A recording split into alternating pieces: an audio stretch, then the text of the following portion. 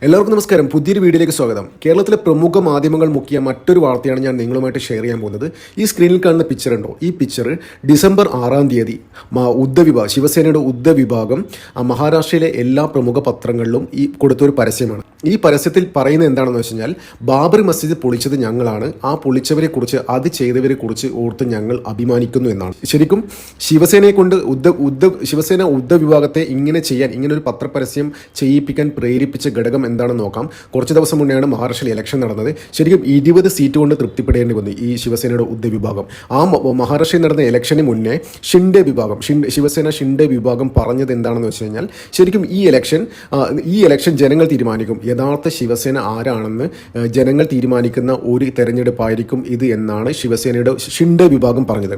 അപ്പോൾ election result വന്നതിന് ശേഷം ഷിൻഡെ വിഭാഗത്തിന് 56 സീറ്റും ഉദ്ധവ് വിഭാഗത്തിന് 20 സീറ്റും കൊണ്ട് തൃപ്തിപ്പെടേണ്ടി വന്നു. ഫലത്തിലെന്തായി? ഷിൻഡെ വിഭാഗത്തെ ജനങ്ങൾ ഔദ്യോഗികമായ ശിവസേനയായി അംഗീകരിച്ചു, യഥാർത്ഥ ശിവസേനയായിട്ട് അംഗീകരിച്ചു. അതിൽ ശരിക്കും കൊണ്ടു, അതായത് ഉദ്ധവ് വിഭാഗത്തിന് കൊണ്ടു.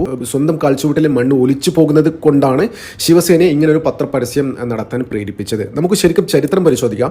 2014 മഹാരാഷ്ട്ര ഇലക്ഷനിൽ BJP ശിവസേനയും NDA സഖ്യമായിട്ടാണ് മത്സരിച്ചത്. അന്ന് BJPക്ക് 105 സീറ്റും ഈ ശിവസേനക്ക് 57 സീറ്റുമാണ് കിട്ടിയിരുന്നത്. ഇലക്ഷന് ശേഷം അത് ഈ 57 സീറ്റ് കിട്ടിയ ശിവസേന, അന്ന് ഉദ്ധവ് വിഭാഗവും ഷിൻഡെ വിഭാഗവും ഒന്നുമില്ല, ഒറ്റ ശിവസേന ഒന്ന് മാത്രമേ ഉണ്ടായിരുന്നുള്ളൂ.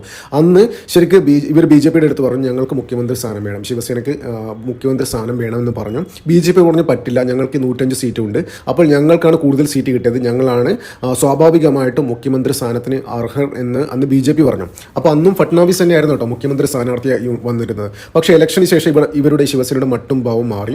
അപ്പോൾ 2019 ഈ ശിവസേന NDA സഖ്യം വിട്ട് കോൺഗ്രസിൻ്റെ കൂടെ പോവുകയും കോൺഗ്രസും NCP ഒക്കെ ചേർന്ന് മഹാവികാസ് അഘാഡി എന്ന ഒരു സഖ്യം രൂപീകരിച്ച് അവർ 2019 ഉദ്ധവ് താക്കറെ മുഖ്യമന്ത്രിയായി അധികാരത്തിൽ ഏറി മഹാരാഷ്ട്രയിൽ. ശരിക്കും 2 വർഷം കഴിഞ്ഞപ്പോൾ, അതായത് 3 വർഷം കഴിഞ്ഞപ്പോൾ 2022 ഇതേ BJP ശിവസേനയെ പിളർത്തി ഷിൻഡെ വിഭാഗത്തെ കൂടെ കൂട്ടി 2022 തൊട്ട് 2 വർഷം മഹാരാഷ്ട്ര ഭരിച്ചു. അതിന് പ്രത്യേക കാരണമുണ്ട്. അതായത് മഹാരാഷ്ട്ര എന്ന് വെച്ച് കഴിഞ്ഞാൽ ഭയങ്കരമായിട്ട് ഇന്ത്യയുടെ ഫൈനാൻഷ്യൽ ക്യാപിറ്റലാണ്, ഒരുപാട് ഫണ്ട് വരുന്ന മേഖലയാണ്. അപ്പോൾ 2024 ഇലക്ഷനിൽ കോൺഗ്രസിന് മൊത്തം ഫണ്ട് ചെയ്യാൻ തക്ക രീതിയിൽ മഹാരാഷ്ട്രക്ക് പറ്റുമായിരുന്നു. അപ്പോൾ അതിനെ തടയിടുക എന്നൊരു ലക്ഷ്യത്തോടു കൂടിയാണ് ഷിൻഡെ വിഭാഗത്തെ അടർത്തിയെടുത്ത് BJP അധികാരത്തിൽ വന്നത്. അത് അവരുടെ സ്ട്രാറ്റജി, ഒരു പൊളിറ്റിക്കൽ ഗെയിമായിരുന്നു. പറഞ്ഞു വരുന്നതെന്ന് വെച്ച് കഴിഞ്ഞാൽ, ശിവസേനയെ സംബന്ധിച്ചിടത്തോളം ഹാർഡ് കോർ ഹിന്ദുത്വമാണ് അവരുടെ ഐഡിയോളജി. ബാൽ താക്കറയുടെ കാലം തൊട്ട് തന്നെ അവർ ശരിക്കും ഒരു ഹാർഡ് കോർ ലൈനായിരുന്നു അവർക്ക്. അവരുടെ ഐഡിയോളജി അങ്ങനെയാണ്. ശരിക്കും കോൺഗ്രസിൻ്റെ കൂടെ കൂടിയപ്പോൾ ശരിക്കും അവരെ അണികൾക്ക് താല്പര്യമില്ലായിരുന്നു. ഇപ്പോഴും ശിവസേനയുടെ പല അണികളോടും ചോദിച്ചു കഴിഞ്ഞാൽ അണികൾ വോട്ട് ചെയ്തത് BJPക്ക് തന്നെയാണ്. പഴയ ഷിൻഡെ വിഭാഗം ശിവസേനക്കാണ് അവർ വോട്ട് ചെയ്തത്. അപ്പോൾ അണികൾ പലരും പാർട്ടിയുടെ കൂടെയില്ല. ആ ഒരു അവസ്ഥയാണ്. അതായത് അണികൾക്കൊന്നും കോൺഗ്രസിന് ഇഷ്ടമല്ല. അത് ഞാനൊരു 5-6 വർഷമായിട്ട് മഹാരാഷ്ട്രയിൽ താമസിക്കുന്നതാണ്, എനിക്കറിയാം. അതായത് എൻ്റെ ഫ്ലാറ്റിൽ തന്നെ ശിവസേനയുടെ സംസ്ഥാനതല 1-2 നേതാക്കന്മാരുണ്ട്. ഞാൻ അവരൊക്കെ ആയിട്ട് ഇടയ്ക്ക് സംസാരിക്കാറുണ്ട്. അപ്പോൾ അവരൊക്കെ പറയുന്നതെന്ന് വെച്ചാൽ, അവരൊക്കെ ഈ കോൺഗ്രസിനെ കാണുന്നത് ശരിക്കും ഒരു മുസ്ലിം പാർട്ടിയായിട്ടാണ്. ശിവസേനയുടെ പല നേതാക്കളും ഇപ്പോഴും കോൺഗ്രസിനെ കാണുന്നത് ഒരു മുസ്ലിം പാർട്ടിയായിട്ടാണ്. അണികൾ പോലും അങ്ങനെയാണ് കാണുന്നത്. അപ്പോൾ ഇങ്ങനൊരു hard core Hindutva line follow ചെയ്യുന്ന ഒരു പാർട്ടി ഇത്തരത്തിലൊരു മുസ്ലിം പാർട്ടി എന്നൊരു ആരോപണമുള്ള പാർട്ടിയെ ചേർന്നപ്പോൾ തന്നെ കളികളിലൊക്കെ ഭയങ്കരമായിട്ടുള്ള അമർഷം ഉണ്ടായിരുന്നു. അതുകൊണ്ടാണ് ശരിക്കും അവരുടെ ആ ഒരു ബേസ് നഷ്ടപ്പെട്ടു. മഹാരാഷ്ട്രയിൽ ശിവസേനയുടെ ഉദ്ധവിൻ്റെയൊക്കെ ആ ഒരു ജനപിന്തുണ ശരിക്കും നഷ്ടപ്പെട്ടു. അവർക്ക് മനസ്സിലായി, അതായത് ഈ 2024 തെരഞ്ഞെടുപ്പോട് കൂടി അവർക്ക് ശരിക്കും മനസ്സിലായി, അവർക്ക് ശരിക്കും കൊണ്ടു. അതായത് ഷിൻഡെ പറഞ്ഞല്ലോ, അതായത് ഈ ജനങ്ങൾ തീരുമാനിക്കും യഥാർത്ഥ ശിവസേന ആരാണ് ഈ തെരഞ്ഞെടുപ്പിൽ. അപ്പോൾ ജനങ്ങൾ അവർക്കൊരു മാൻഡേറ്റ് കൊടുത്തു. അതായത് ദാറ്റ് മീൻസ് ഷിൻഡെ വിഭാഗമാണ് ഒറിജിനൽ ശിവസേന എന്ന രീതിയിൽ ജനങ്ങൾ മാൻഡേറ്റ് കൊടുത്തു എന്ന് ഓൾറെഡി പറഞ്ഞു കഴിഞ്ഞു.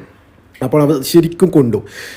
ഇനി രാഷ്ട്രീയ നിലനിൽപ്പ്, ഇനിയും ഇതുമാതിരി കോൺഗ്രസിനോടുകൂടി സഖ്യം ചെയ്ത് മുന്നോട്ട് പോകുകയാണെങ്കിൽ അവരുടെ രാഷ്ട്രീയ നിലനിൽപ്പിനെ തന്നെ ബാധിക്കുമെന്നൊരു തിരിച്ചറിവാണ് വീണ്ടും ഹാർഡ് കോർ ലൈനിലോട്ട് ശിവസേനയെ കൊണ്ടെത്തിച്ചത്. അതുകൊണ്ടാണ് പത്രപരസ്യം നടത്തിയത്. ലക്ഷക്കോടികൾ മുടക്കി മഹാരാഷ്ട്രയിലെ മിക്ക പത്രങ്ങളുണ്ട് ഈ പത്രം. ഇതിനെ ചൊല്ലി ദേശീയ രാഷ്ട്രത്തിലൊക്കെ ഒരുപാട് കോലാഹലങ്ങളൊക്കെ നടക്കുന്നുണ്ട്. അതൊന്നും അവർ മൈൻഡ് ചെയ്യുന്നില്ല. അവരുടെ ഒരേ ലക്ഷ്യം ഇപ്പം എങ്ങനെയെങ്കിലും അവരുടെ നഷ്ടപ്പെട്ട മുഖം തിരിച്ചു പിടിക്കുക. ആ ഒരു ലക്ഷ്യത്തോടു കൂടി മാത്രമാണ് വീണ്ടും പഴയ രീതിയിലേക്ക് പോകുന്നത്. അത് ഇനിയിപ്പോൾ എന്താ ഉണ്ടാവാൻ പോകുന്നറിയാം.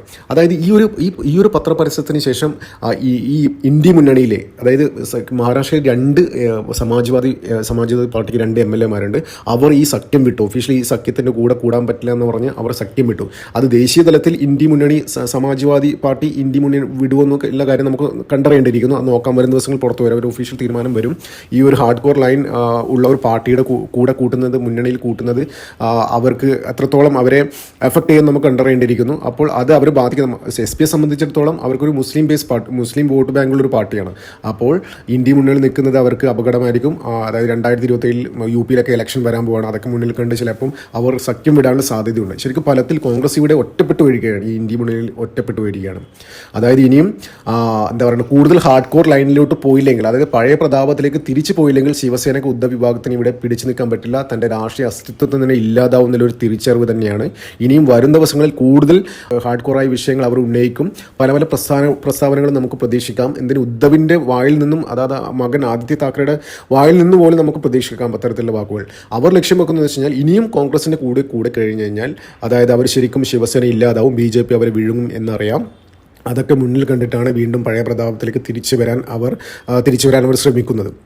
ഇപ്പോൾ ഇതിൻ്റെ പേരിൽ ശരിക്കും മഹാരാഷ്ട്രയിലെ തിരഞ്ഞെടുപ്പിന് ചുക്കാൻ പിടിച്ചത് ശരിക്കും BJP-യുടെ പ്രചാരണങ്ങൾക്ക് ചുക്കാൻ പിടിച്ച യോഗി ആദിത്യനാഥാണ്. അതായത് ഈ പത്രപരസ്യത്തിന് ശേഷം യോഗി ആദിത്യനാഥ് ശരിക്കും, അതായത് അദ്ദേഹത്തിനോട് ഒരു പത്രപ്രവർത്തനം ചോദിച്ചു കഴിഞ്ഞ ദിവസം യോഗിയോട് ചോദിച്ചു, ശിവസേന ഇങ്ങനെയൊക്കെ പറഞ്ഞിട്ടുണ്ടല്ലോ, അതായത് അവർ വീണ്ടും പഴയ പ്രതാപത്തിലേക്ക് തിരിച്ചു വരുന്നുണ്ടല്ലോ, പഴയ ഫോമിലേക്ക് തിരിച്ചു വരുന്നുണ്ടല്ലോ എന്ന് പറഞ്ഞു. അപ്പോൾ യോഗി കൊടുത്ത മറുപടി എന്ന് വെച്ചാൽ, നല്ല കാര്യം, തിരിച്ചു വരട്ടെ, അവർക്ക് നല്ല ബുദ്ധി തോന്നട്ടെ, ദൈവം ഈശ്വരൻ നല്ല ബുദ്ധി തോന്നിക്കട്ടെ എന്നാണ്. അപ്പോൾ ഇതൊക്കെ വെച്ച് നോക്കുമ്പോൾ എന്താ തോന്നുന്നത്, അതായത് വീണ്ടും ശിവസേന ഉദ്ധവ് വിഭാഗം NDA-യുടെ ഭാഗമാവാനുള്ള സാധ്യതയുണ്ട്. അതായത് BJP സംബന്ധിച്ചിടത്തോളം ഒരാൾ പാർട്ടി വിട്ട് കഴിഞ്ഞാൽ, ഒരു പാർട്ടി വിട്ടാലും മുന്നണി വിട്ട് കഴിഞ്ഞാൽ അവരോട് മോശമായ രീതിയിലുള്ള ബിഹേവിയർ ഒന്നും BJP കാണിക്കില്ല. അത് അവരുടെ രാഷ്ട്രീയ മര്യാദയാണ്.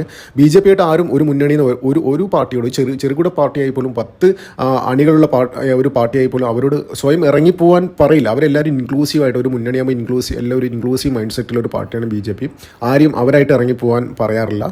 അതായത് അവർ സ്വയം ഇറങ്ങിപ്പോയാൽ മാത്രമേ ഉള്ളൂ. അപ്പോൾ ഇറങ്ങിപ്പോയ BJP തെറിവിളിച്ച് ഇറങ്ങിപ്പോയാലും BJP അവരെടുത്ത് നല്ല സോഫ്റ്റായിട്ട് മാത്രമേ സംസാരിക്കാറുള്ളൂ. അവരങ്ങനെ കൺസിഡർ ചെയ്യാറുള്ളൂ. ഒരു ശത്രുതാ മനോഭാവം ഒരിക്കലും BJP വച്ച് പുലർത്താറില്ല. അവർക്കറിയാം BJP എന്ന് വെച്ചാൽ ഒരു പ്രാക്ടിക്കൽ പൊളിറ്റിക്സ് കളിക്കുന്നവരാണ്. അവർക്കറിയാം നാളെ ഇതേ പാർട്ടിയായിട്ട് നമുക്ക് സഖ്യം ചേരേണ്ടി വരും, നാളെ സഖ്യം ചെയ്ത് ചിലപ്പം ഭരണത്തിൽ ഏറേണ്ടി വരും എന്നൊക്കെ അവർക്ക് നന്നായിട്ട് അറിയാം. അവരൊരു പ്രാക്ടിക്കൽ പൊളിറ്റിക്സിൻ്റെ ആൾക്കാരാണ് BJP. ഇന്ത്യയിൽ നിന്ന് BJP-ക്ക് മാത്രമേ അങ്ങനെയൊക്കെ പറ്റൂ. അപ്പോൾ ഉദ്ധവ് NDA-യിലോട്ട് വരുന്നതിന് ഇരുകൈയും നീട്ടി സ്വീകരിക്കും BJP. അപ്പോൾ യോഗിയുടെ മറുപടിയിൽ നിന്ന് തന്നെ നമുക്ക് ഊഹിക്കാം, ഇവർ വീണ്ടും, അതായത് NDA-യിലോട്ട് വന്നു കഴിഞ്ഞാൽ അത്ഭുതപ്പെടാനില്ല. ശിവസേനയ്ക്ക് ഉദ്ധവ് വിഭാഗത്തിന് 20 MLA-മാരുണ്ട്, പിന്നെ 9 MP-മാരുണ്ട്. അതൊക്കെ BJP ദേശീയ രാഷ്ട്രീയത്തിലും സംസ്ഥാന രാഷ്ട്രീയത്തിലൊക്കെ അത് ശരിക്കും യൂട്ടിലൈസ് ചെയ്യും. അവർക്ക് ശരിക്കും അറിയാം, അവരെ വേണ്ട രീതിയിൽ അക്കോമഡേറ്റ് ചെയ്യും.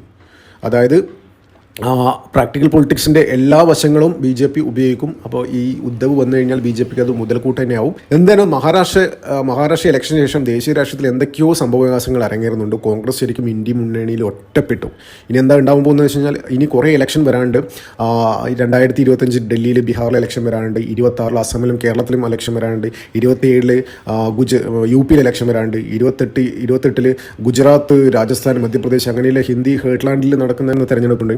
ഈ സംസ്ഥാനങ്ങളിലൊന്നും കോൺഗ്രസിന് ഇനി സഖ്യം ഉണ്ടാവാൻ പോകുന്നില്ല. അവരൊറ്റയ്ക്ക് മത്സരിക്കേണ്ടി വരും. അവരെ കയ്യിലിരിപ്പന്നെയാണ് കാരണം. അപ്പോൾ എന്ത് തന്നെയാലും ഇത് ദേശീയ രാഷ്ട്രീയത്തിൽ വലിയൊരു ചർച്ചയാണ്. അതായത് ഉദ്ധവിൻ്റെ BJP പ്രവേശനം, അതായത് NDA പ്രവേശനം ഉടൻ ഉണ്ടാവാനുള്ള സാധ്യതയുണ്ട്. അങ്ങനെ സംഭവിച്ചു കഴിഞ്ഞാൽ BJP മുൻകൈ എടുത്തിട്ട് ഷിൻഡെ വിഭാഗത്തെയും ഈ ശിവസേന ഉദ്ധവ് വിഭാഗത്തെയും ഒരുമിച്ച് ശിവസേന ഒറ്റക്കെട്ടായി കൊണ്ടുപോകാൻ BJP-ക്ക് പറ്റും. അതിന് ചിലപ്പോൾ ചുക്കാൻ പിടിക്കുന്നത് യോഗി ആദിത്യനാഥായിരിക്കും. അതായത് മഹാരാഷ്ട്രയിലെ എല്ലാ കാര്യങ്ങളും ഇപ്പോൾ യോഗിയെ ഏൽപ്പിച്ചിരിക്കുകയാണ്. വലിയ സംസ്ഥാനത്തിൻ്റെ ഇതാണല്ലോ. അപ്പോൾ യോഗി ഏൽപ്പിച്ചിരിക്കുകയാണ്. യോഗി ഇവരെ ഈ ശിവസേനയുടെ 2 വിഭാഗത്തെയും ഒരുമിച്ച് ഒറ്റക്കെട്ടായി NDA-യുടെ പിന്നിൽ അണിനിരത്താൻ യോഗിക്ക് പറ്റുമെന്ന് തന്നെയാണ് വിശ്വാസം. എന്തിനാലും ദേശീയ രാഷ്ട്രീയത്തിൽ കോൺഗ്രസ് ഒറ്റപ്പെടുന്ന അവസ്ഥയാണ്. കോൺഗ്രസ് ഇതിനെതിരെ എങ്ങനെ പ്രതികരിക്കും? കോൺഗ്രസിൻ്റെ ഭാഗത്തു നിന്ന് ഒരു പരസ്യ പ്രസ്താവന ഇതുവരെ വന്നില്ല. നമുക്ക് നോക്കാം, വെയിറ്റ് ചെയ്യാം അവരുടെ ഒരു പ്രതികരണം എന്താണ് ഇതിൽ നിന്ന്. നന്ദി, നമസ്കാരം. മറ്റൊരു വീഡിയോ കാണാം.